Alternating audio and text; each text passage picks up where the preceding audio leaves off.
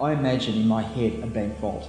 Like I can still see the steel rivets down, or the steel bolts down the doors and the reinforcing bars and everything else, and I go into the room and I wind the door shut, and that's it. Nuclear holocaust, nothing can get in, and that's where I go to when I really need to find that last 1% or whatever else. And once I'm in there, then I can sort of settle and find, you know, what I need to do.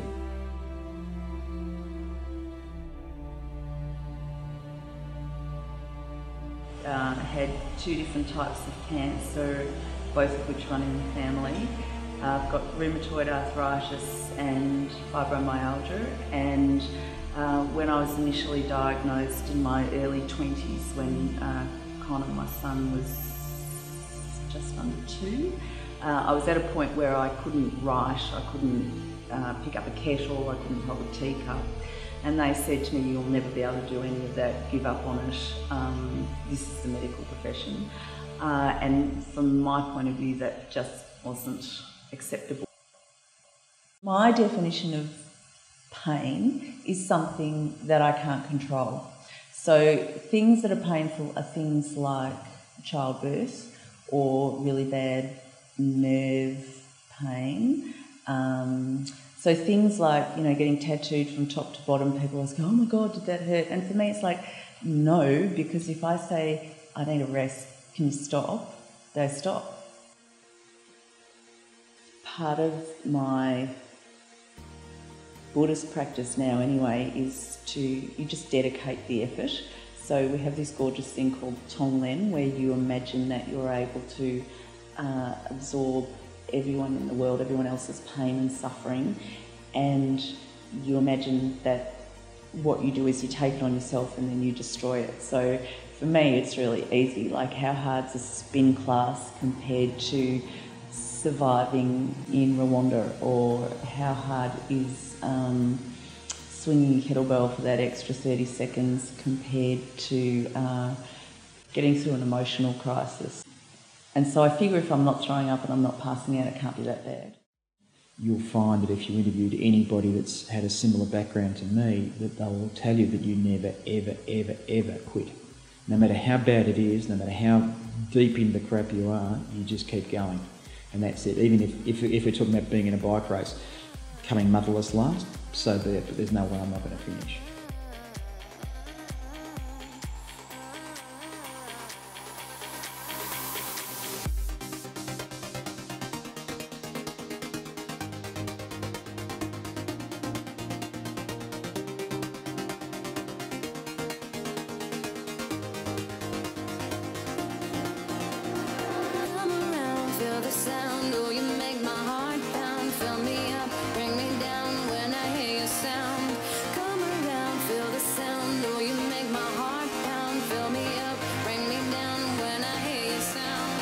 Concentrate purely on what's in front of you and don't get stressed about where you're not or where you've got to be or whatever else. It's very much an in the moment sort of thing.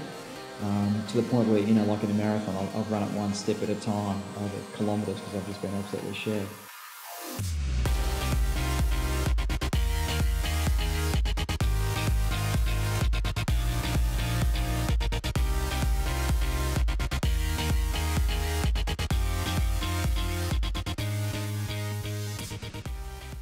Your life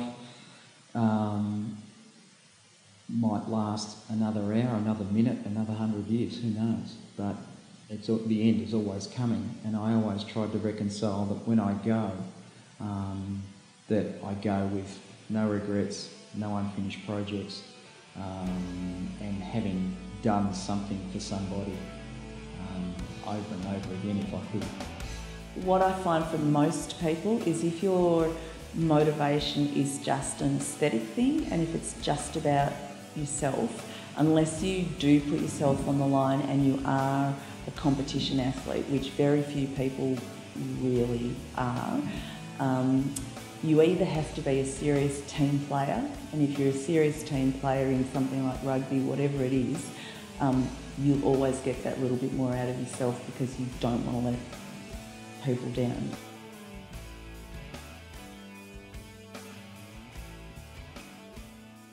The Brazilian Jiu-Jitsu thing was hysterically funny because first of all, it was such a foreign environment. Second of all, I had no clue what was going on. The other weird thing was that I won, which I didn't quite know how to deal with or expect. It was my main motivation going into it was that I didn't want to disappoint Steve in terms of, you know, the bits he'd put into it. I didn't want to disappoint the guys that had been teaching me at the school. Also, I didn't know what else to do except what I'd been taught, so they don't actually ever teach you to lose or to share.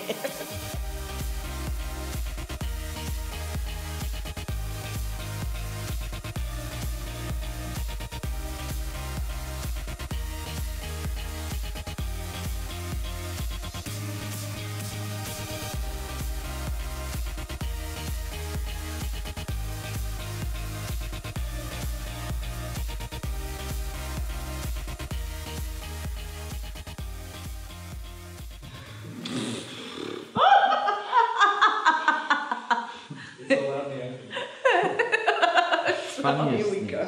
I'm not funny, he's funny. Yeah, I'm the funny one. He's in intentionally partnership. funny, I'm accidentally funny. She's just stupidly funny. It's okay. True. We all laugh anyway.